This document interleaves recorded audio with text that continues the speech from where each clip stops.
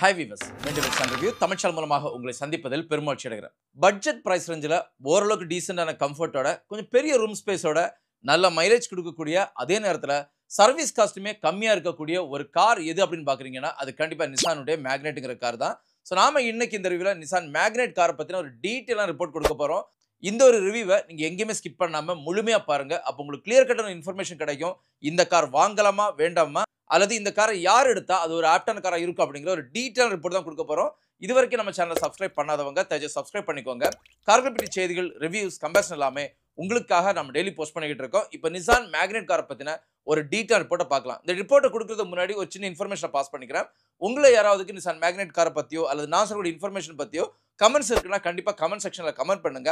அப்படி நீங்க கமெண்ட் பண்ணீங்கன்னா அது எனக்கு ஒரு பாசிட்டிவ் நோட்டா இருக்கும். கூடவே இதை பார்க்கக்கூடியவங்களுக்கும் ஒரு கிளியர் கட்டான இன்ஃபர்மேஷன் கிடைக்கும். அப்படிங்கிறதுனால கமெண்ட் பண்றதை கண்டிப்பா மறந்துடாதீங்க. நிசான் மேக்னெட் இந்த காரை பொறுத்த வரைக்கும் ஒரு பெர்ஃபெக்டான கார். எக்ஸ்டீரியர் லுக்கா இருக்கட்டும், இன்டீரியர் ஃபீச்சர்ஸா இருக்கட்டும், எல்லாத்துலயுமே பெர்ஃபெக்டான கார். இந்த காரினுடைய தமிழ்நாடு ஆன் பிரைஸ்ங்கிறது 7,20,000 ஆரம்பிச்சு 14,30,000 வரைக்கும் இப்போதைக்கு கார் வித்துட்டு இருக்காங்க. என்னென்ன ஃபியூல் ஆப்ஷன்ல இந்த கார் அவைலபிளா இருக்கு அப்படின்னு பாத்தீங்கன்னா பெட்ரோல்ல மட்டும் தான் இந்த கார் அவைலபிளா இருக்கே தவிர வேற எந்த ஃபியூல் ஆப்ஷனும் கண்டிப்பா கிடையாது. இதே செக்மெண்ட்ல இருக்கக்கூடிய பல கார்கள் இன்னைக்கு டீசலையும் கொடுத்துட்டு இருக்காங்க, சிஎன்ஜிலையும் கொடுத்துட்டு இருக்காங்க. இது கண்டிப்பா இங்க மிஸ்ஸிங். இங்க பெட்ரோலை மட்டும் தான் கொடுத்துருக்காங்க. பெட்ரோலை பொறுத்த வரைக்கும் மேனுவல், ஆட்டோமேட்டிக் ரெண்டுமே இருக்கு. ஆட்டோமேட்டிக்ல ரெண்டு ஆப்ஷன் கொடுத்துருக்காங்க. அது ஏஎம்டி டெக்னாலஜிலையும் ஆட்டோமேட்டிக் கொடுத்துருக்காங்க, சிவிடி டெக்னாலஜிலையும் ஆட்டோமேட்டிக் கொடுத்துருக்காங்க.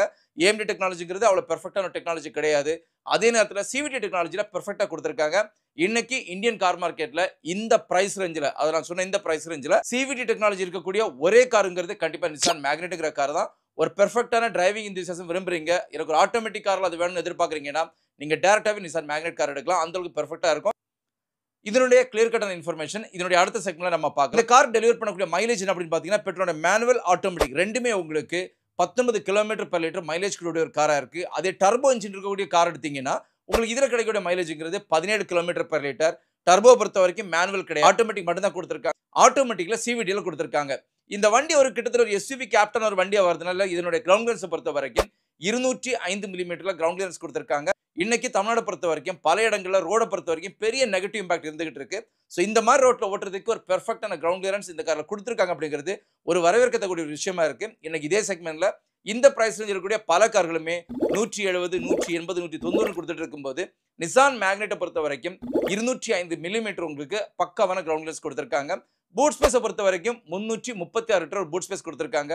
இதை பொறுத்த வரைக்கும் மேக்ஸிமமா ஒரு 4 பேரோட கார்கோ எடுக்கலாம். 5வது நபருடைய கார்கோவை கண்டிப்பா எடுக்க முடியாது. 3 பேரோட கார்கோ தான் லூஸா எடுக்க முடியும். 4வது நபருடைய கார்கோ கொஞ்சம் டைட்டா எடுக்கலாம். 5வது நபருடைய கார்கோ கண்டிப்பா இந்த காரில் எடுக்க முடியாது. அப்படிங்கிறத தெளிவாக தெரிஞ்சுக்கோங்க. இந்த காரை பொறுத்த வரைக்கும் ஒரு 5 சீட்டர் கெப்பாசிட்டியில் வரக்கூடிய ஒரு கார். இப்போ இரண்டாவது செக்மெண்டா இந்த கார்ல என்ன இன்ஜின் கொடுத்துருக்காங்க, இந்த இன்ஜின் எந்த அளவுக்கு நமக்கு ஆப்டான இன்ஜினா இருக்கும் அப்படிங்கிறத பார்க்கலாம். நிசான் மேக்னெட்டை பொறுத்த வரைக்கும் 2 இன்ஜின் ஆப்ஷன் கொடுத்துருக்காங்க. இதுல முதலாவது இன்ஜின்ங்கிறது 1.0 B4D அப்படிங்கிற ஒரு இன்ஜின் கொடுத்துருக்காங்க. இந்த இன்ஜின் உங்களுக்கு 5 ஸ்பீட் மேனுவல் கூட 5 ஸ்பீட் ஆட்டோமேட்டிக் கொடுத்துருக்காங்க. இந்த இன்ஜின் டெலிவர் பண்ணக்கூடிய பவர்ங்கிறது 72 bhp பவர். டார்க்கை பொறுத்த வரைக்கும் 96 நியூட்டன் டார்க். இந்த இன்ஜினை பொறுத்த வரைக்கும் அவ்வளவு பெர்ஃபெக்டான ஒரு டிரைவிங் பெர்ஃபார்மன்ஸ் கண்டிப்பா இருக்காது. மேனுவலை பொறுத்த வரைக்கும் ஓகே, ஓரளவுக்கு டீசென்டான ஒரு பெர்ஃபார்மன்ஸ் இருக்கும். அது நீங்க ஆட்டோமேட்டிக் எடுக்கிறீங்கன்னா கண்டிப்பா வேண்டாம். ஏன்னா ஏஎம்டில கொடுத்துருக்காங்க. ஏஎம்டிங்கிறது ஆட்டோமேட்டட் மேனுவல் டிரான்ஸ்மிஷன் டெக்னாலஜி. இதை பொறுத்த வரைக்கும் நார்மலா இருக்கக்கூடிய ஒரு மேனுவல் கியர்ல ஒரு ஷாஃப்ட்டை மட்டுமே ஆட் பண்ணி இதை ஆட்டோமேட்டிக்கா கன்வெர்ட் பண்ணி கொடுத்துருப்பாங்க. மைலேஜ் அதிகமாக கிடைக்கிறதுக்காகவும் ஒரு சின்ன பட்ஜெட் பிரைஸ் ரேஞ்சில் ஒரு ஆட்டோமேட்டிக் கார் கொடுக்கணுங்கிறதுக்காகவும் இந்த ஒரு டெக்னாலஜி வச்சிருக்காங்க. ஸோ உங்களை யாராவது ஏஎம்டி டெக்னாலஜி இருக்கக்கூடிய ஆட்டோமேட்டிக் எடுத்தீங்கன்னா கண்டிப்பா நீங்க எடுத்து போற ஃபீல் பண்ணுவீங்க. இதுக்கு மிக முக்கியமான காரணம் லேக் பெரிய அளவில் இருக்கும். ஒரு வண்டி ஓட்டக்கூடிய ஒரு பெர்ஃபார்மன்ஸ் இருக்காது. ஒரு டிரைவிங் கம்ஃபர்ட்ங்கிறது கண்டிப்பா இருக்காது. இதனால இந்த கார்ல ஆட்டோமேட்டிக் எடுக்கிறதா இருந்தா, அதுவும் குறிப்பா ஏஎம்டி டெக்னாலஜியில் ஆட்டோமேட்டிக் எடுக்கிறதா இருந்தா 1க்கு 2 முறை யோசிச்சு ஓட்டி பார்த்து எடுங்க. இதை பொறுத்த வரைக்கும் இன்னொரு டெக்னாலஜி இருக்கு, அதை நம்ம ரெண்டா பார்க்கலாம். அதாவது ரெண்டாவது இன்ஜின் ஆப்ஷன்ங்கிறது டர்போ இன்ஜின் கொடுத்துருக்காங்க. இந்த டர்போ இன்ஜின் எடுக்கிறீங்கன்னா இது டெலிவர் பண்ணக்கூடிய பவர்ங்கிறது 92 bhp பவர். டார்க்கை பொறுத்த வரைக்கும் 152 நியூட்டன் டார்க் கொடுத்துருக்காங்க. இங்க உங்களுக்கு டிரான்ஸ்மிஷன் பொறுத்த வரைக்கும் மேனுவல் கிடையாது. அது ஆட்டோமேட்டிக் பொறுத்த வரைக்கும் சிவிடி டெக்னாலஜியில் ஆட்டோமேட்டிக் கொடுத்துருக்காங்க. இதுல நீங்க ஆட்டோமேட்டிக் எடுக்கலாம். இந்த சிவிடி டெக்னாலஜி இருக்கக்கூடிய அது இந்த பிரைஸ் ரேஞ்சில் இந்த ஒரு கார் மட்டும் தான் இப்போதைக்கு நமக்கு இந்தியாவில இருக்கு. வேற எந்த காரும் கிடையாது. அப்படிங்கறத இங்க திரும்ப ரெஜிஸ்டர் பண்ணிக்கிறேன். சோ உங்களை யாராவது ஒரு டிரைவிங் பெர்ஃபார்மன்ஸ் ஓரியன்டா ஒரு கார் வேணும், அது ஆட்டோமேட்டிக்ல வேணும்னு எதிர்பார்க்கறீங்கன்னா நீங்க டைரக்டா நிசான் மேக்னெட்டோட சிவிடி எடுக்கலாம். நிசான் மேக்னெட்ல சிவிடி இருக்கக்கூடிய பேஸ் வேரியன்ட்ங்கிறது 11,60,000 ரூபாய். அது 7 லட்சம் ரூபாய் 8 லட்சம் ரூபாய் கண்டிப்பா கிடையாது. 11,60,000 கொடுத்தீங்கன்னா ஒரு பெர்ஃபெக்ட்டான டிரைவிங் பெர்ஃபார்மன்ஸ் கொடுக்கக்கூடிய ஒரு ஆட்டோமேட்டிக் கார் உங்களுக்கு கிடைக்கும். இது எடுக்கும்போது கிடைக்கக்கூடிய பெனிஃபிட் என்ன அப்படின்னு பார்த்தீங்கன்னா, எந்த ஒரு லேகுமே உங்களுக்கு ஃபீல் ஆகாது. ரொம்ப ஸ்மூத்தான ஒரு டிரைவிங் இருக்கும். டிரைவிங் பெர்ஃபார்மன்ஸ் அட்டகாசமா இருக்கும். எந்த டெரெயின்லயுமே ஓட்டுறதுக்கு பெர்ஃபெக்ட்டா இருக்கும். பவரை பொறுத்தவரைக்கும் 92 பிஹெச்பி பவர் கொடுத்திருக்காங்க. ரொம்ப ஸ்போர்ட்ரி எலிமெண்டோடயுமே இந்த காரை உங்களால ஓட்ட முடியும். அது நிசான் மேக்னெட்டுடைய நார்மல் இன்ஜினை பொறுத்தவரைக்கும் 72 பிஹெச்பி பவர் தான் கொடுத்திருக்காங்க. இதுல பெரிய அளவிலான பவரான ஒரு ஃபோர்ஸ் டிரைவிங் கண்டிப்பா இருக்காது. மேனுவல் ஓரளவுக்கு டீசென்டான டிரைவிங் கம்ஃபர்ட்டை கொடுக்கு. அதே நேரத்தில் ஏஎம்டி இருக்கக்கூடிய ஆட்டோமேட்டிக் கண்டிப்பா டிரைவிங் கம்ஃபர்ட்டை கொடுக்கல அப்படிங்கிறது தான் உண்மையான விஷயமா இருந்துகிட்டு இருக்கு. இப்போ மூணாவது செக்மெண்டா இந்த கார்ல என்ன என்டர்டைன்மெண்ட் கம்யூனிகேஷன் கொடுத்திருக்காங்க, இது எந்த அளவுக்கு ஆப்டா இருக்கு அப்படிங்கிறத பார்க்கலாம். இந்த காரை பொறுத்த வரைக்கும் 8 இன்ச்சில் டச் ஸ்கிரீன் இன்ஃபோர்டைன்மெண்ட் சிஸ்டம் கொடுத்திருக்காங்க. ஆப்பிள் கார்ப்ளே இருக்கு, ஆண்ட்ராய்டு ஆட்டோ கொடுத்திருக்காங்க. வயர்லெஸ் ஃபோன் சார்ஜரை பொறுத்த வரைக்கும் கண்டிப்பா மிஸ்ஸிங். இதுல JBL ஸ்பீக்கர் கொடுத்திருக்காங்க. 4 ஸ்பீக்கர் இருக்கு, 2 டியூட்டர் கொடுத்திருக்காங்க. ஏர்கமைஸ்ல உங்களுக்கு சவுண்ட் சிஸ்டமே கொடுத்திருக்காங்க. ஒரு பெர்ஃபெக்ட்டான சவுண்ட் சிஸ்டம். இந்த ஒரு பட்ஜெட் பிரைஸ் ரேஞ்சில் இந்த கார்ல பெர்ஃபெக்ட்டான சவுண்ட் சிஸ்டம் கொடுத்திருக்காங்க. டாட்டாவுக்கு அடுத்து, அதாவது டாட்டால இருக்கக்கூடிய டிகோர், டியாகோ இந்த ரெண்டுமே பெர்ஃபெக்ட்டான ஆடியோ சிஸ்டம் கொடுத்திருப்பாங்க. இதுக்கு அடுத்த இடத்துல கண்டிப்பா நிசான் மேக்னெட்ங்கிற கார் அற்புதமான ஆடியோ சிஸ்டம் கொடுத்திருக்காங்க அப்படிங்கிறதுல எந்த ஒரு மாற்று கருத்தும் கிடையாது. ஜிபிஎஸ் கொடுத்திருக்காங்க, நேவிகேஷன் இருக்கு. இருந்தாலும் இதுல சின்ன நெகட்டிவ் இருக்கு. என்ன அப்படின்னு பாத்தீங்கன்னா, இதோட ஸ்கிரீன் ரெசல்யூஷன் அவ்வளவு பெரிய அளவில் கிடையாது. 360 டிகிரி கேமரா கொடுத்திருக்காங்க. ஆனா அந்த கேமரா பொறுத்த வரைக்கும் யூஸ் பண்றதுக்கு ஓகே, ஆனா அவ்வளவு பெர்ஃபெக்ட்டான ஒரு டீசென்டான லுக் கண்டிப்பா இல்ல அப்படிங்கிறது ஒரு உண்மையான விஷயமா இருந்துகிட்டு இருக்கு. ஆனா நீங்க டிரைவ் பண்ணும்போதோ இல்ல பார்க் பண்ணும்போதோ உங்களால பார்க் பண்ண முடியும். உங்களோட தேவையை அது பூர்த்தி பண்ணுமே தவிர ஒரு பெர்ஃபெக்ட்டான ஒரு ஓரியன்டேஷன் கண்டிப்பா இருக்காது அப்படிங்கிறத தெளிவா தெரிஞ்சுக்கோங்க. நாலாவது மிக முக்கியமான செக்மெண்ட்ங்கிறது சேஃப்டி. நம்ம இது வரைக்கும் 3 செக்மெண்ட் பார்த்துட்டோம். அதை இன்ஜினை பத்தி பார்த்துட்டோம், வண்டியோட டைமென்ஷன்ஸ், கம்ஃபர்ட்டை பத்தி பார்த்துட்டோம், என்டர்டைன்மெண்ட் பத்தி பார்த்துட்டோம். இந்த மூணுமே பெர்ஃபெக்ட்டான காரா இருக்கு. இப்போ எப்பவுமே மிக முக்கியமா நம்ம பார்க்க வேண்டிய அம்சங்கிறது சேஃப்டி. என்னோட ரிவ்யூ கண்டினியூ பார்க்கக்கூடிய எல்லாருமே தெரியும். நான் எப்பவுமே ரொம்ப ஸ்ட்ரெஸ் பண்ணி சொல்லக்கூடிய ஒரு அம்சங்கிறது சேஃப்டி. நீங்க புது கார் எடுங்க அல்லது யூஸ்ட் கார் எடுங்க, எது எடுக்கிறதா இருந்தாலும் அந்த காரோட பிரைஸ் ரேஞ்சை முதல்ல ஃபிக்ஸ் பண்ணிக்கிட்டு அதுக்கப்புறமா அந்த கார்ல சேஃப்டி எந்த அளவுக்கு கொடுத்திருக்காங்க அப்படிங்கிறத தெளிவா பார்த்து எடுக்கிறது உங்களுக்கும் உங்களுடைய குடும்பத்துக்கும் ஏற்ற ஒரு விஷயமா இருக்கும். இதனுடைய அடிப்படையில் நிசான் மேக்னெட் காரை பொறுத்த வரைக்கும் குளோபல் என்கேப் கிராஷஸ் ரேட்டிங் 5க்கு 4 முழுமையான சேஃப்டி ரேட்டிங் வாங்கின ஒரு கார், ஒரு பெர்ஃபெக்ட்டான கார். இதனோட ஷெல் இன்டெகிரிட்டியா இருக்கட்டும், இல்ல சேஃப்டி ஃபீச்சர்ஸா இருக்கட்டும், எல்லாமே ரொம்ப பெர்ஃபெக்ட்டா கொடுத்திருக்காங்க. சோ இந்த ஒரு பிரைஸ் ரேஞ்சில இன்னைக்கு டாடா காருக்கு நிகரா இந்த ஒரு காரை கொடுத்திருக்காங்க அப்படிங்கிறதுல எந்த ஒரு மாற்று கருத்தும் கிடையாது. ஒரு பெர்ஃபெக்ட்டான ஒரு சேஃபஸ்டான கார் அப்படிங்கிறது ஒரு உண்மையான விஷயமா இருந்துகிட்டு இருக்கு.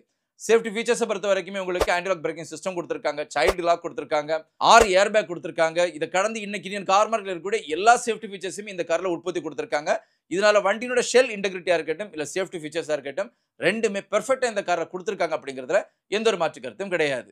இப்போ 5வது செக்மெண்டா மிக முக்கியமான செக்மெண்ட், அதாவது இந்த வண்டியினுடைய எக்ஸ்டீரியர் லுக், இன்டீரியர் ஃபீச்சர்ஸ் எப்படி கொடுத்திருக்காங்க அப்படிங்கிறத பார்க்கலாம்.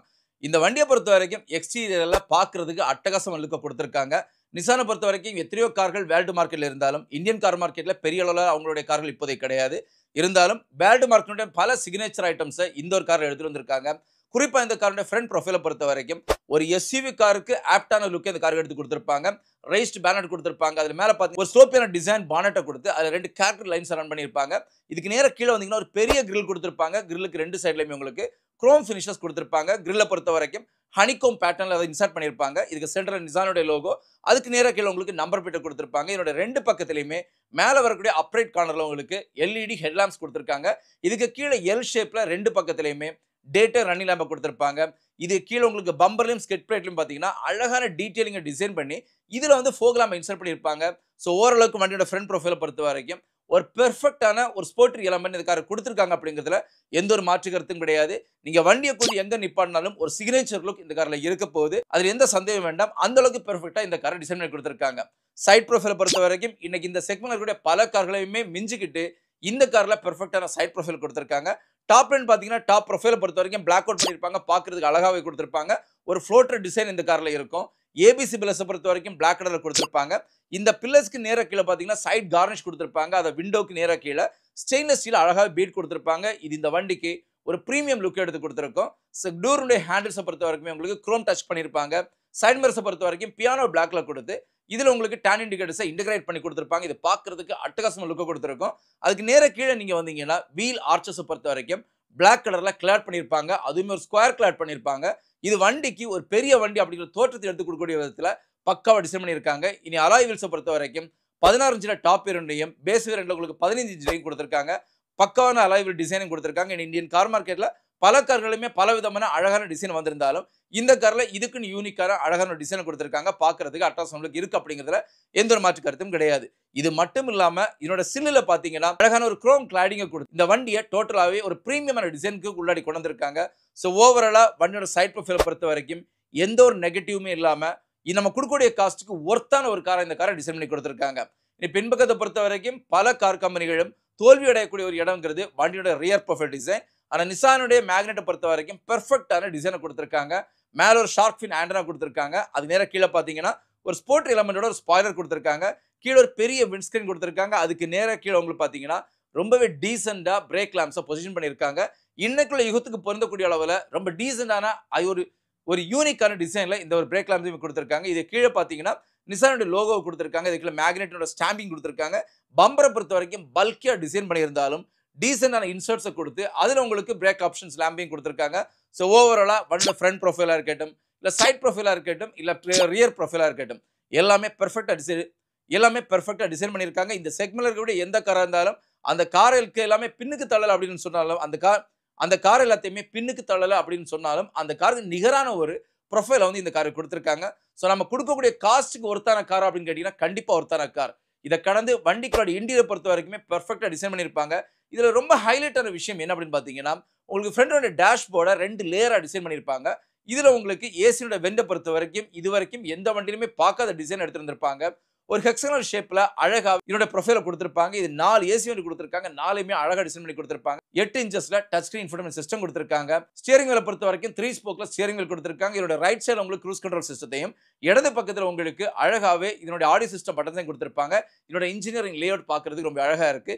எம்ஐடியா இருக்கட்டும், இல்ல டச் ஸ்கிரீன் இன்ஃபோடெயின்மென்ட் சிஸ்டத்தோட அரேஞ்ச்மெண்ட்ஸா இருக்கட்டும், அதுக்கு கீழே வரக்கூடிய கண்ட்ரோல் நாப்ஸா இருக்கட்டும், எல்லாமே ரொம்ப பெர்ஃபெக்ட். இது மட்டும் இல்லாம வண்டிக்குள்ளாடி உங்களுக்கு கொடுத்த தீமை பொறுத்த வரைக்கும் ஒரு டார்க் ஆம்பியன்ஸ் தீம் கொடுத்திருக்காங்க. இது இந்த வண்டிக்கு ஒரு பிரீமியம் எலகன்ட் லுக்கையும் எடுத்து கொடுக்குது. சீட்டினுடைய அப்போல்சரி பொறுத்த வரைக்கும் லெதர்ல கொடுக்கல, ஃபேப்ரிக்ல தான் கொடுத்திருக்காங்க. இருந்தாலும் பார்க்கிறதுக்கு அட்டகாசம் லுக் எடுத்து கொடுத்திருக்காங்க. ரொம்ப டீசென்ட்டா டிசைன் பண்ணியிருக்காங்க. இனி கம்ஃபர்ட்டை பொறுத்த வரைக்கும் வண்டியோட ஃப்ரண்ட் ப்ரொஃபைல்ல பக்காவான கம்ஃபர்ட் இருக்கு. அதை கேப்டன் சீட்ஸ் கொடுத்திருக்காங்க. டிரைவர் சீட்டா இருக்கட்டும், கோ டிரைவர் சீட்டா இருக்கட்டும், ரெண்டுமே கம்ஃபர்ட்டா கொடுத்திருக்காங்க. அதே உங்களுக்கு செகண்ட் ரோ பொறுத்த வரை 2 பேருக்கு கம்ஃபர்ட்டான டிரைவிங் எவ்வளவு பெரிய லாங் ஜர்னிங் இருக்கும். 3 பேர் உட்கார்ந்து டிரைவ் பண்றதா இருந்தா மேக்ஸிமமா ஒரு 50ல இருந்து 100 கிலோமீட்டர் வரைக்கும் டிராவல் பண்ணலாம். அதுக்கு மேல கண்டிப்பா கொஞ்சம் டிஸ்கம்ஃபர்ட் இருக்கு அப்படிங்கிறதுல எந்த ஒரு மாற்று கருத்தும் கிடையாது. வண்டியோட பூட் ஸ்பேஸை பொறுத்த வரைக்கும் நான் ஆல்ரெடி ஹைலைட் பண்ணியிருக்கேன். 336 லிட்டர் பூட் ஸ்பேஸ் கொடுத்திருக்காங்க. அதே செகண்ட் ரோ சீட்டை நீங்க ஃபோல்ட் பண்ணிட்டீங்கன்னா 600 லிட்டர் பூட் ஸ்பேஸ் இந்த கார்ல கிடைக்குது.